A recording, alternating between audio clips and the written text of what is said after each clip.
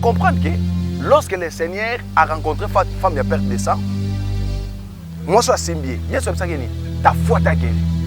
A commis devant Bartimée, Bartimée a crié, fils de David a télémi. A tourné na sandouni, a bien na monde. Il y a ce qui ta foi t'a sauvé. Bartimée monaki. Mais devant cet homme,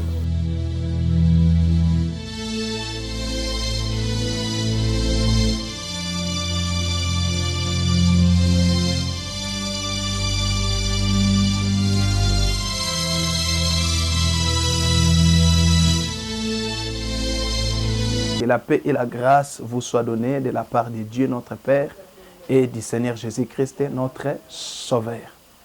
Nazana esengo mingi ya kokuta na bino susu lelo na katkat na nini na émission La Vérité en Christ bisika oyo tuyaka kosa nini kosakola sango malamu ya kolo nzambe na biso. C'est moi votre humble serviteur, le pasteur Espoir Juvenal Massili.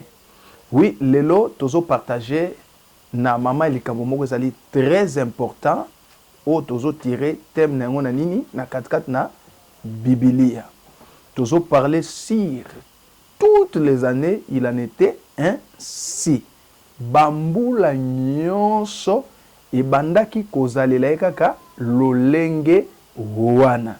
Nebite ezaki lolenge nini ya malamu tope ya mabe mais toyeba kososola ngo tango tosa nini kotanga makomi na nzambe oyo tozali kosa nini kotala sikasika. Nazeli kotanga mukanda na 1 Samuel chapitre na yango 1 na verset 7p na koyeba na kosa nini kokita. Nazali na version Thomson oyo nazali kotanga. Bible lobi ke na verset 6 d'abord, sa rivale ne cessait pas de lui causer du chagrin pour qu'elle se révolte parce que l'Éternel l'avait rendu stérile.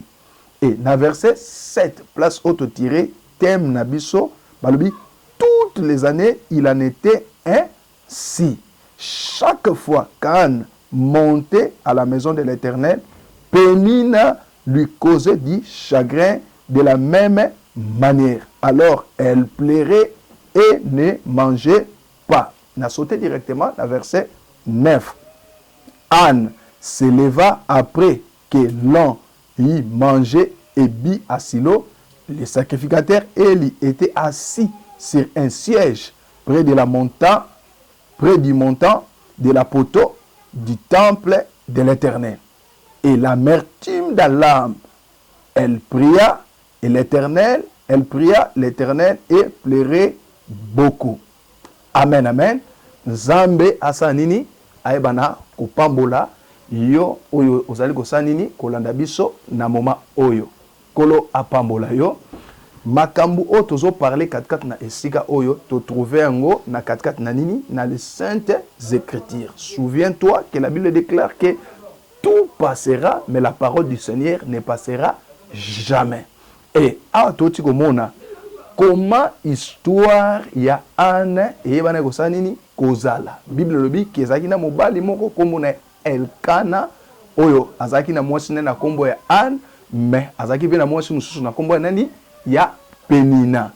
Bible lobi ke na katkat na couple oyo to pe na katkat na foyer oyo ezaki na mwasi moko azaki productif o bande ko produire c'est-à-dire ka bande ko bota mais ezaki pe na mwasi mususu o babi ke l'Éternel mutu ebane ko sani ko rendre ye stérile.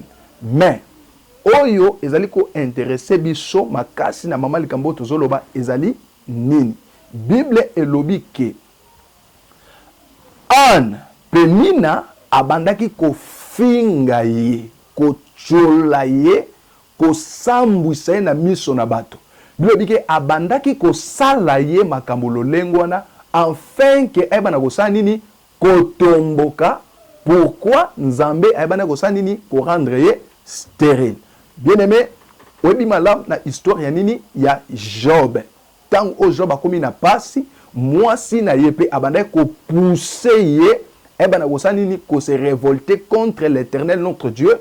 Pourquoi? Parce que akomaki na katkat na nini na pasi. Mais awa ezali siko mbanda ya Anne moto azali ko nini ko provoquer to pe ko pousser Anne aibana ko se révolter contre Nzambe natina nini ke Nzambe aibana ko nini ko rendre ye stérile. Mais Bible lobi que toutes les années il en était ainsi. C'est-à-dire que makambo penina abande ko sala. Ezali kambo ta bande ko sala ngaka na sanza moko. Ni na sanza mibale topé na mbula moko te. Balobi toutes les années. C'est-à-dire que ezalaki na une année kakate bambula nyonso. On dit que la stérilité de Anne ezalaki likambo ya une année 2 ans 3 ans 4 ans. C'est-à-dire que ezwaki tango molai elekisaki tango ebele. Mais toutes les années Bible zoloba que il en était ainsi que chaque fois Anne abande ko matana temple pour que ne kobonde la Nzambe penina abande ko sanini ko finga ye ko cholaye. Imagine-toi quelqu'un qui prie, il cherche la face de l'Éternel, il gêne, il se sacrifie pour son Dieu. Mais la Bible déclare que ce Dieu-là, il a ko se purifier pour naï, il a ko mi pesa pour naï. Mais ce Dieu-là a décidé de la rendre stérile. Et maintenant, pour le monde, c'était un sujet de moquerie, d'humiliation, des insultes. Imaginez ce qui s'est passé dans la vie de Anne. Ma sœur, mon frère, peut-être là où tu me regardes, vous allez traverser la situation, il y a le lengue à boy. Anne priait. À chaque fois, elle montait pour adorer l'Éternel, son Dieu. Penina abandé kosani kofinga. Et puis, va souligner bien que toutes les années, il en était ainsi. Malgré ma montagne, malgré ma prophétie, malgré ma jeûne, ma prière, malgré ma temps, ma sacrifice aux autres traversés, mais dans 4-4 na vie, il y a des histoires jusqu'à maintenant, les autres ils ont changé.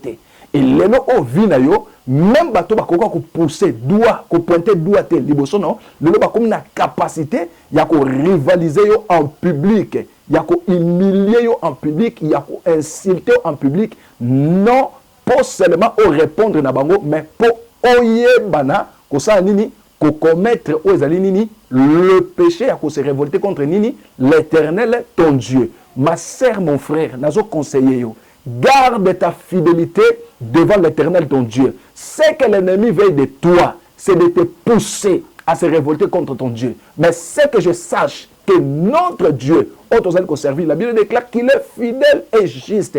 Ce qu'on appelle ici promesse, on va se réaliser. La promesse de Dieu, c'était quoi? Qu'en Israël, qu'il n'y aura aucune femme stérile ni une femme qui avorte. Donc, c'est-à-dire que Anne, dans sa vie, elle ne regardait pas les insultes de Pénina.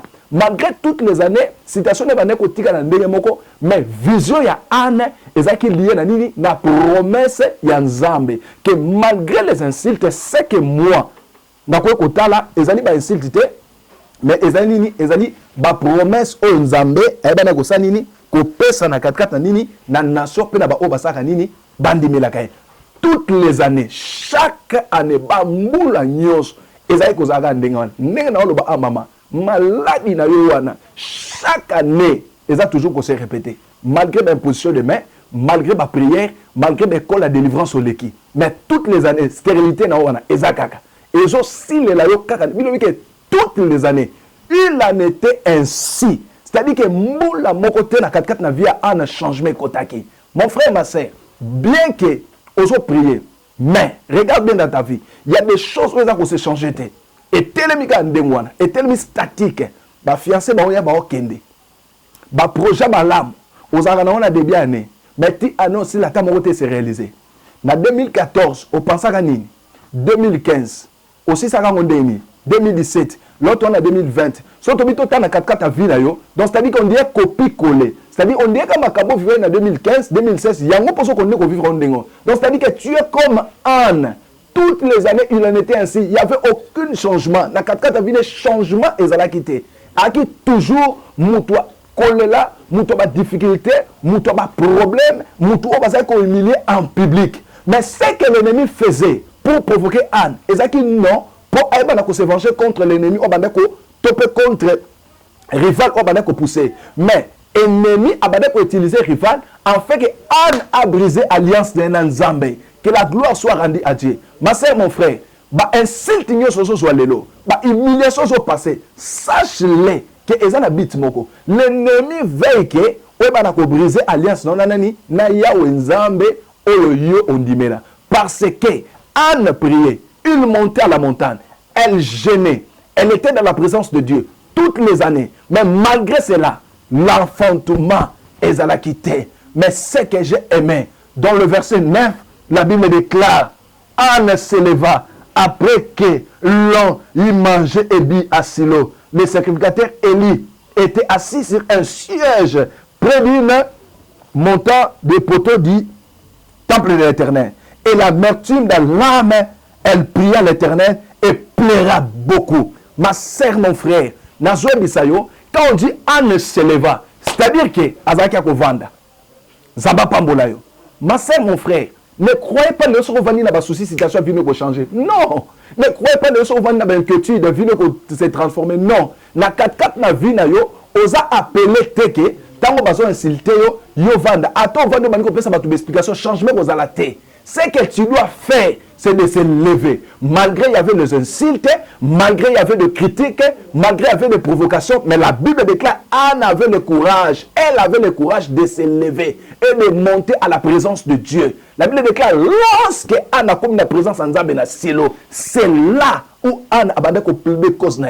Donc l'amertume d'alarme pasi na kati ya mutema bololo na kati ya mutema abandi ko sopa yango liboso nani liboso présence Nzambe Anne abandi ko prier ko bondela Nzambe ko luka Nzambe Anne se leva. Ma sœur, mon frère yo ozolandanga na ko bisa telema malgré autrefois au matin dans la montagne, malgré ici au genaki, malgré ici au priaki, mais situation a changé té même si on vend à kimiate aux amours on vend à té tu dois prier jusqu'à ce que l'exorcisme et ko kitaloko na mbula même si qu'il pleuve ou qu'il neige, celui qui nous a donné la promesse, il est fidèle. La Bible déclare que mon côté à s'approcher pas à zonga le lenga yaka. Alors il dit que fais de l'Éternel tes délices et il te donnera ce que ton cœur désire. Il dit que recommande ton sort à lui et il vous accordera ce que votre cœur désire. Donc c'est-à-dire que malgré les combats, malgré les épreuves, malgré toutes ces difficultés, qu'on vanda te, on va lela. Qu'on vanda te, on va tchaba souci. Non, et c'est le téléma. Mais qu'on encourage maman, bien que jusqu'à maintenant, 5 ans de maternité, ne plairait pas. Pour Anne aussi, la Bible déclare qu'il en était ainsi. C'est-à-dire que Makamozo le Ganango, osa mutalibo sote. Que au tangi ba classe, au sali 5 ans, au vandi, moussali zate, bando soit licence. Osa mutalibo sote. Il y a des gens, au basala peut-être plus de 10 ans. Banda si sa classe, moussali zate. Osa mutalibo sote que, aucun affaire, aucun Chine, aucun Dubaï, Ozongi, et l'on comme alongé zate, ou mutalibo sote. Nazo biso joie courage, qu'on l'embate. Malgré les insultes, malgré les combats, Anne avait ce courage-là de se lever. Il y a qu'à monter encore la présence ensemble. Naïko ma sœur, mon frère, tellement encore. Ton Dieu a agir et pour nous et kangama. Et puis le Anne se levait à Kekolela. La présence ensemble la 4-4 na Silo. Et tant Anne a Kekolela, la présence ensemble, le Dieu du ciel, Nzambe Otoso Bondela. Tala makamini oneka, dans même chapitre 1 verset 20. Bible lobi boyeke. Dans le cours de l'année, alléluia, dans le cours de l'année, Anne devient enceinte. Elle accoucha d'un fils qu'elle appela du nom de Samuel. Car dit-elle, je l'ai demandé à l'Éternel. Alléluia. Et le mari Elkana monta ensuite avec toute sa famille pour offrir à l'Éternel les sacrifices annuels pour accomplir son vœu. Zambe ebana ko pambola yo ma sœur mon frère. Au moni na 4-4 na verset 21. Bible zo ba que dans le cours des années Anne ebana ko koma nini? Ko koma na mokumba pasa kinini? Ebana ko bota mwana ya mobali. Et Bible dit que tant ba boti mwana ya mobali apese komba nini? Komba Samuel. Poni ko bani na senga kiye epai ya Nzambe. Oh ma sœur mon frère, na ebité et l'ogo nyo kende ko lukeli pa Nzambe na montana mangenge na intendance na campus na luzizila na habité et l'ogo nini o kende ko lukeli pa Nzambe na 4-4 na ba VP na ba retraite mais na zo biso logo moko Anne avait demandé la maternité et Nzamba pesaki et li pamolia Anne e ban osanini ko zokombo mais et logo s'appelle ça la Bible bini toutes les années il en était ainsi mais cette année là et comme qui na souka te que dans les courses c'est-à-dire que na katikati mbula wana an aibana kokoma na nini nanzemi nazali koloba na ma sœur mon frère bien que aussi ni ça ba année na ba maladie ka moko bien que aussi ça ba année na histoire kaka moko mais moi je crois que ceux qui au telemi bisika ozali na kondima bien que rien n'est impossible à celui qui croit et tout est possible à celui qui croit. Si tu crois au travers de ce message, ma sœur, mon frère, je pense que cette année ne finira pas ainsi. Parce que toutes les années, et ben aussi la mais année oyo, dans le cours, na katikati, tambu les autres tambola. Anne est devenir enceinte et puis elle mettre au monde une bénédiction au nom de qui? Au nom de Samuel. Abi nasenga qui est et pas Yanzambe.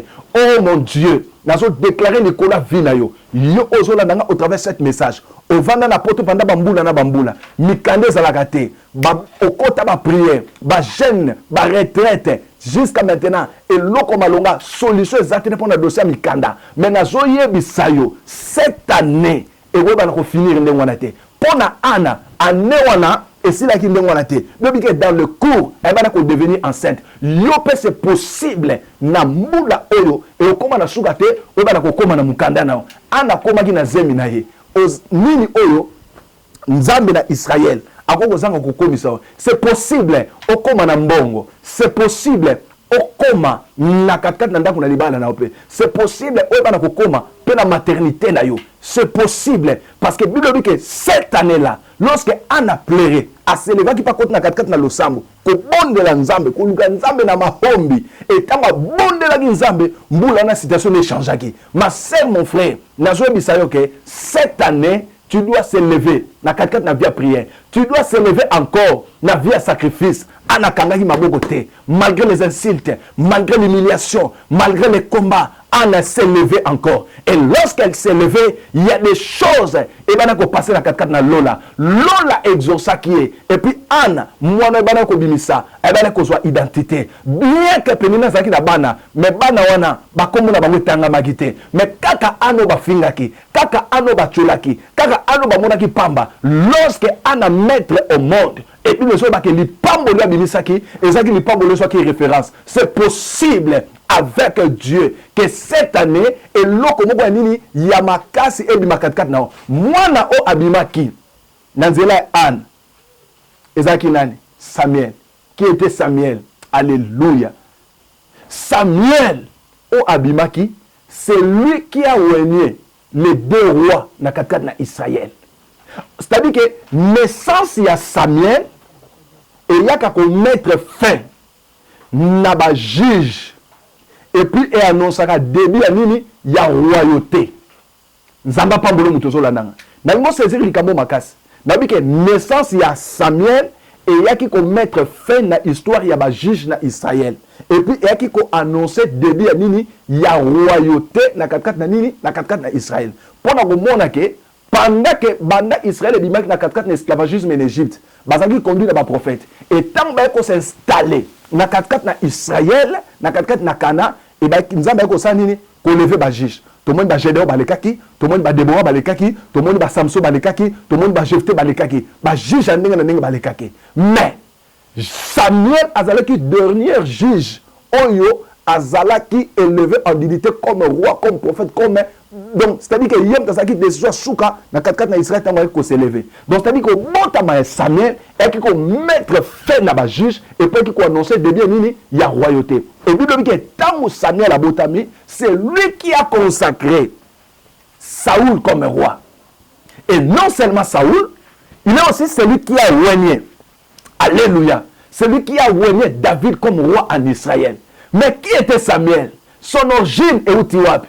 Na katkat na une femme pleuresse. Moi si moko lela kala. Moi si moko na ba difficulté. Moi si ba finga en public, mais nous avons kati na ye, azaki na eloko ko ko mettre faire ba juge. De la même manière na lo ba 4 na vie non, ba juge yo e pas batu, ke ndemo ko to ko battre la ti. Ba juge e pas batu. Ndongo sanga diplôme ko salate, mais na zo lakayo. Mukolo Samuel a ko bima kati na ba juge nyonso ba ko disparaître parce que tant Samuel ayaka juge nyonso ayeba na ko limo. Donc c'est-à-dire que arrivé à Samuel et mettre la fin na ba juge. Le na 4 na famille tout le monde ba juge. Et loko bunga il faut ba qualifier kayo. Na likamu songo lo paka loko la kwa na position te na vie. Ata mutu akende ko simba ba biloko na ba erreur na yemoko. Problème est comme le loko la bino ba la moite. Ndoki a famille bima kaka yo.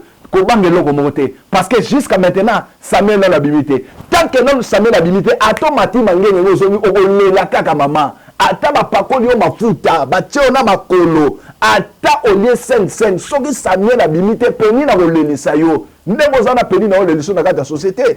Peni na oleliso na kata buenze. Peni na oleliso na kata bureau. Tout le monde, basa kwa envier poste na wana. Tout le monde. Nalinga hypocrisie Elkanate. Elkana.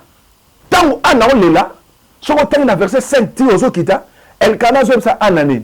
Anna, est-ce que yo obitendenge ozawana ngai na lingaka ko leka bana zomi?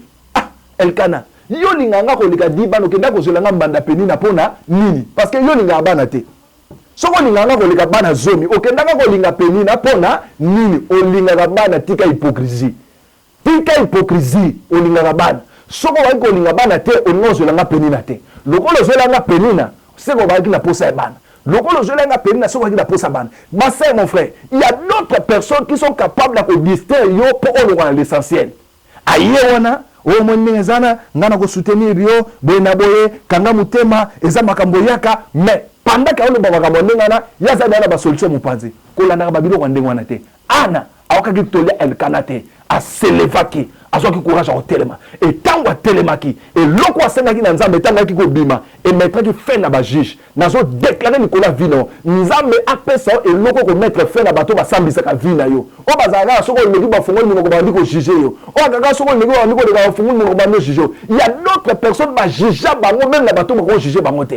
Donc c'est-à-dire que on le kabwe o tanga yewana e mutongo yewana e boy na boy ndongo za ba juger na ba formule nyonso parce que y a malonga na le bilikati na te. Mais lorsque Samuel sortira, Samuel c'est-à-dire que eloko senga na nzambe mukolo ko zwango ba juge ba ko disparaître bango moko parce que o euta ke panzambe tango yaka e kangisa ka minoko ba juge et puis yaka ko telemisa royauté ya sika et bible dit que tant Samuel a béni e ko wendre Saoul comme roi, c'est-à-dire que la domination, la gloire, la dignité. Samuel a une dignité. Samuel a une grandeur. Samuel a une royauté. Ma sœur, mon frère, le nom oyo, vinayo, peut-être dignité zate, le coup zate. Nana on peut se valeur, na 4-4 na famille. Parce que nous salama l'on zate. Liban les zate, foufou ba okatelo. Ba comment on s'auto na salon. Et l'on comme l'on na 4-4 vino zate. Nana on peut se le coup. Samuel a zate. Mais moi je t'encourage, qu'on l'ait la terre. Qu'on l'embappe ma ombité, qu'on finga nzambe te. Tala, Yesu a tourné Pierre, na ba Thomas, na ba Philippe. A tourné bango, les autres sont partis. Pourquoi bino botikali? Pierre a tali Yesu a dit que yondo za na maloba na bomwe. De la même manière, yo pe na quartier ba komo laksa. Tala ndeko na wana kutu. Et si de la même manière botanga na ba koma de akwa ko beto masolo. O biso to kinaka na maison mo boy. To ndima na biso ko eloko mo boy yango to koma boy. Combien de personnes sont déjà parties dans l'occultisme? Combien? Combien de personnes aujourd'hui? Et si baké na bango, na ki lesbianisme, combien de personnes, et si baké na vie qui pédé, c'est-à-dire on dit comme un vewe baché monter na sima, pour anzwa lipa, on dit comme un vewe baché monter na sima, pour la telamba, combien de personnes baké, et pas ba mando na ba soukola pour simba mwana, combien de Yesu atali Pierre à tout les autres sont partis, mais bino botigali pourquoi? Pierre a dit que yondo zaka na maternité. Et si Yesu yondo zaka na mariage, yondo zaka na élévation, yondo zaka na succès. Mon frère, ma sœur, na biso ke batwana mukologa ba pesa Yesu mukongo bakenda. Tingelo histoire na bango pe na Bible beta marate. Mais ba Pierre bandima ko tika ya Yesu o azanga adresse. Ba Pierre bandima ko tika na Yesu ala la likola bangomba. Ba Pierre bandima ko tika na Yesu o adefa ka même punda batu pa ko tanango na Jérusalem. Ba Pierre bandima ko tika na Yesu o adefa ka même boato batu pa te asango malamu. Bible zolo bake mukolo Yesu mata Pierre atika na fongola et identité na ebana ko changer. Yesu a dit que Pierre lokolo témoignage de fidélité ne pas nanga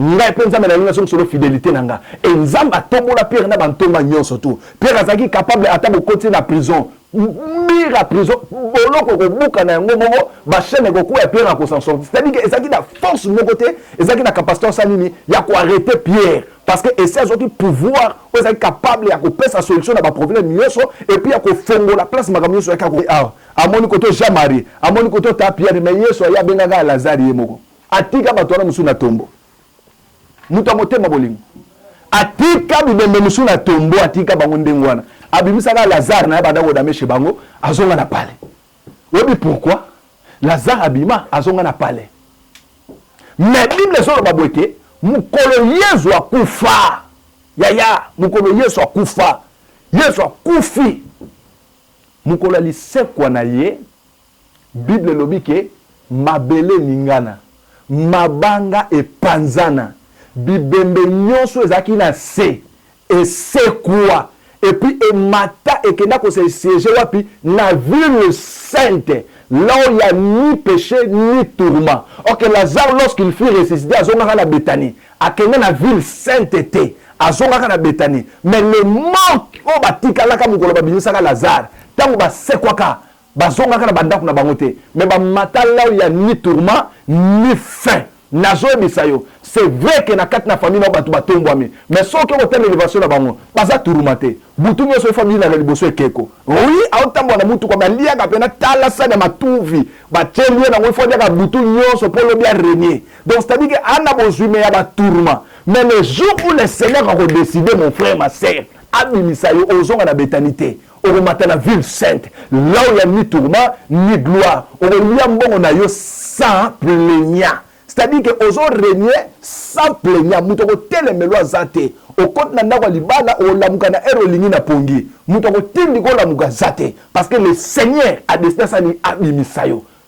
Nzamba pambola yo. Yo ozo landa sangomala o. Yaya ko bangate. Peni na bimisaka bana mais mon côté a mettra fin na ba juge. Ba juge ba na continuer. Mon côté avec quoi annoncer de bien royauté azakite. Mais lorsque Samuel est obima ezaki fait ya ba juge et puis début ya royauté nazo bisayo nazo ka solalika moko esikelingi banda na vino bato bele ba baka témoignage no passé bato bele ba baka histoire no passé mais pendant que je parle yom tozo la nanga ma sœur mon frère nazo ka solo likamoko esikelingi banda na 4 na vino et likamwa neza likamoko changer témoignage à famille na bino mobimba likamwa neza likamoko changer témoignage tala bien que oza na relation tena mutu même que Marie sans avoir connu un homme même na poto zakana mututé même ozana mututé ko sambelo pour na dossier mais le Seigneur est capable de faire ça même relation à bateau il est capable de prendre soin parce que c'est un Dieu responsable a wanga na ba oya yete atika ba oya yete et lokonga na ko soka telema malgré prière qui telema sous la prière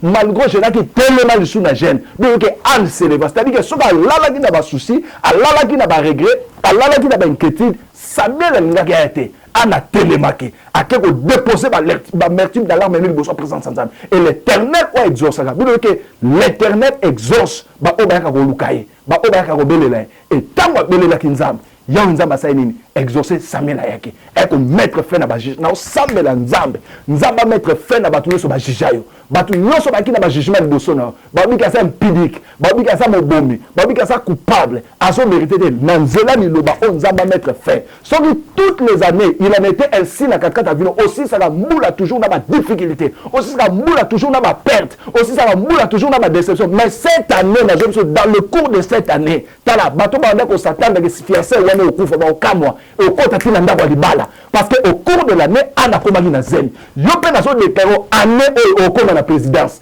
année oyo okota na primature année oyo makambo minene osama kakata na vino bino bike maloba ya eli tango atani ala ayebi se kende nzambe exorso ngape na yo sao telema kende biyano na nzambe za likona yo année oyo tu vas devenir quelqu'un année oyo oko devenir okokoma ana komaki na sainte na ye po asengaki yango epa nzambe yo pe eloko osengaki epa nzambe année oyo na biso mbula oyo papa yo moto ozola loko na oloba eza mpo na yo eza mpo na voisin te makambo na oloba tala osali combien d'années place oza document eza te eloko moko te eza koévolue vie eza bloqué mais cette année oprie oluki nzambe na bagene mais eloko eza te mais cette année na biso telema na 4 na prière nzambe abi na ngai na biso telema kolanda sous pongité ko vanda sous banketité batwana nyonso oyo ba monyo pamba même la 4 na famille ba bosani ba bien fait sous sala ba koma donc c'est-à-dire que ko livrer yo donc c'est-à-dire que vie ça sans considération sans valeur même ba to ko mépriser to ko mépriser ko lelaté ko abandonner le Seigneur a permis cela afin que yo télé encore on s'approcher le bossone parce que azane lokwa linga pesa yo ko mettre fin na ba jugement nyonso et tant que nanu et lokwa no obtenir en côté batu ba fungola munoko ba koloba jour an azwaki Samuel na ye ba jugement nyonso silake o amela milangi nani holobango o amela milangi nani homelobango tala mbula oyo nzambe il faut mettre fin na ba juge o ba juge avina o ba sambisa o nzambe il faut mettre fin nazo croire même l'église à Congo batu nyonso ba humilier Congo ba pasteur ba finga ba pasteur ba tonga ba pasteur nzamba komi na moment où alinga valoriser ba sali na ye a remettre fin na makambo zo sa siko na nzela nini ya ba sali na ye parce que c'est le temps au Seigneur alinga démontrer comme au temps de lui batu nyonso et si ba komi na bango na banzela gauche vers les droite mais le Seigneur alinga réel c'est-à-dire que alingi atali sa solo que na 4 na ba faux il y a encore de vrai on a nzela na bango azo mettre fin na ba jugement nyonso était maki même na nini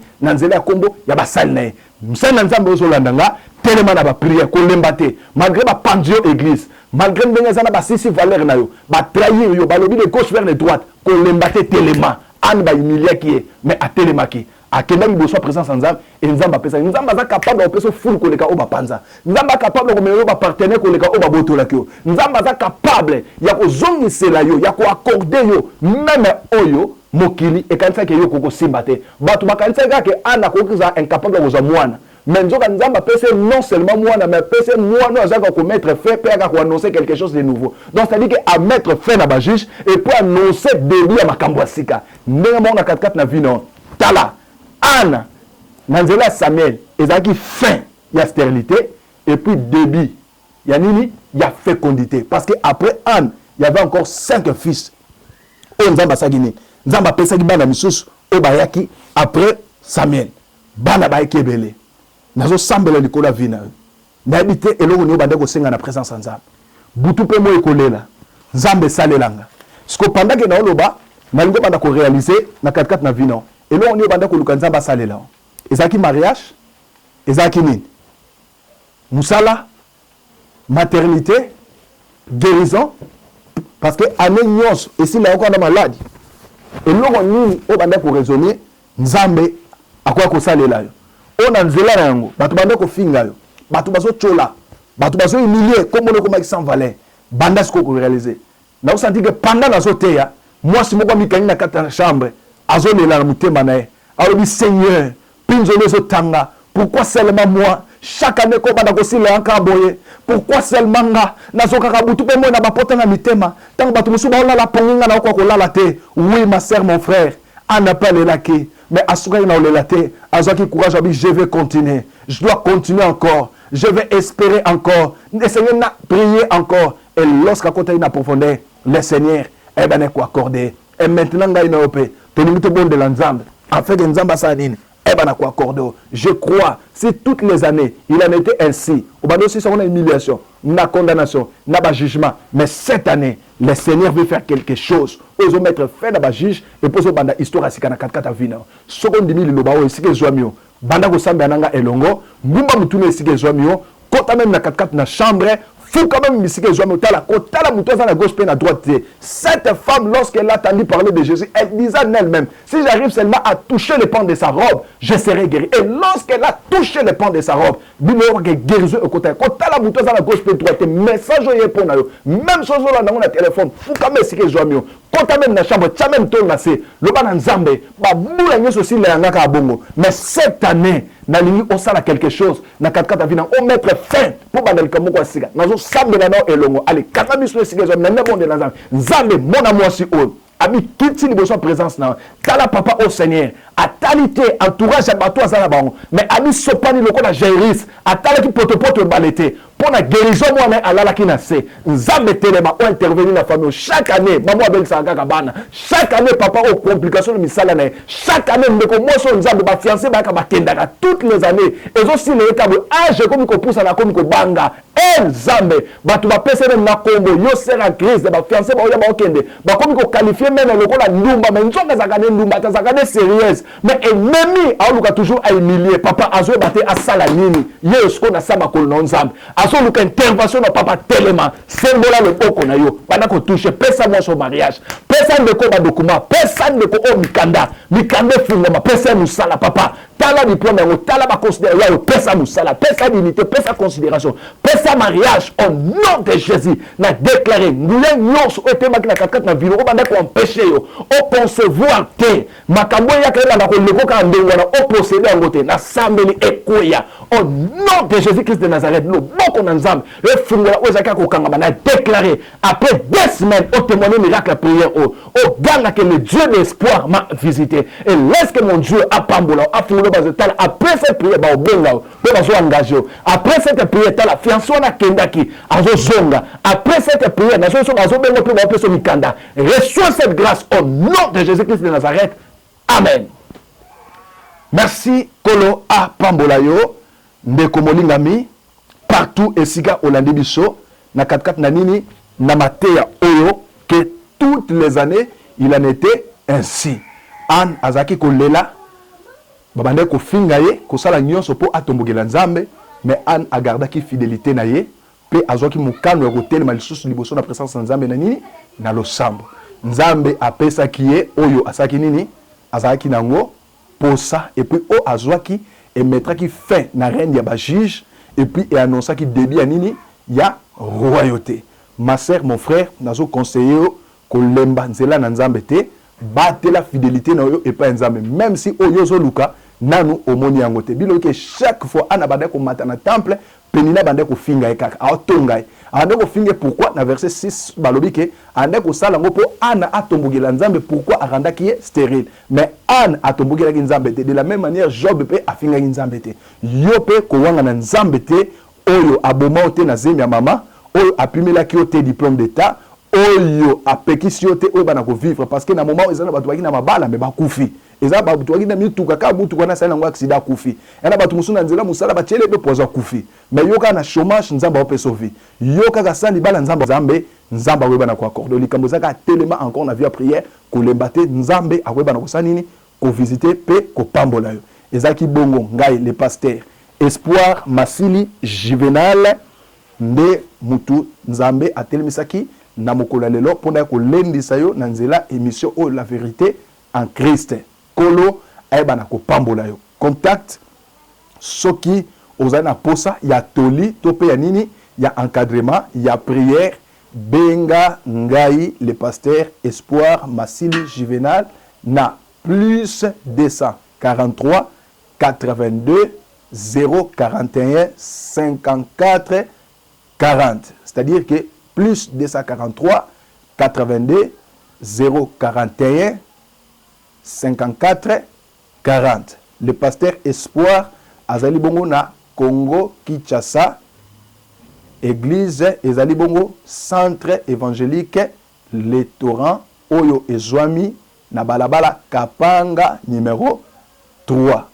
Église Ezali Kokamba Bongo na le visionnaire Israël Nzengu Kalamba, Azali représentant légal. Et bon, pasteur Espoir Azali, moko kat na basali na centre évangélique Les Torrents, Oyo Bongo na commune ya Masina, na avenue Kapanga numéro 2 na quartier Congo, juste na station Shell Oyo na quartier 3 au Katsi na Ngambu, okomona na entrée wana église esanini ezali wana. Nzambe apambola la prophétesse Karine Kitari Oazali bongo na États-Unis, maman Nangai, et puis apambola communauté Ensemble de Dieu de Jacob Mobimba, et Nzambe apambola le prophète Eli, mon père spirituel, celui qui m'a consacré. Nzamba apambola le révérend pasteur Eli Mardi Moutou Kenzuka, le représentant légal, il y a famille du réveil spirituel na province ya Congo central, précisément na ville ya Boma. et nzambe apambola sa gracieuse mon épouse madame Alpha Muhanji Masili et mon fils bien-aimé Otniel Elikia Mekadishkem nzambe apambola collège nyonso oyo ezali kosanini kotambola na ngai kolo apambola na sambeli pour na clôturer musana biso lelo nzambe loboko na yo eza na 4 ni kolo oyo pesa kimia na mboka et puis pesa biyano mboka oyo ezwa pe valeur nango ndenge an azwaki maternité na ye kwesa ba jugement nyonso molile tembaki likolo mboka oyo annoncer makambo ya sika mpona mboka royauté ya sika gouvernement sika mopepa sika ekambeli ya sika na kombo na miracle na Yesu Masia na sambeli boye amen.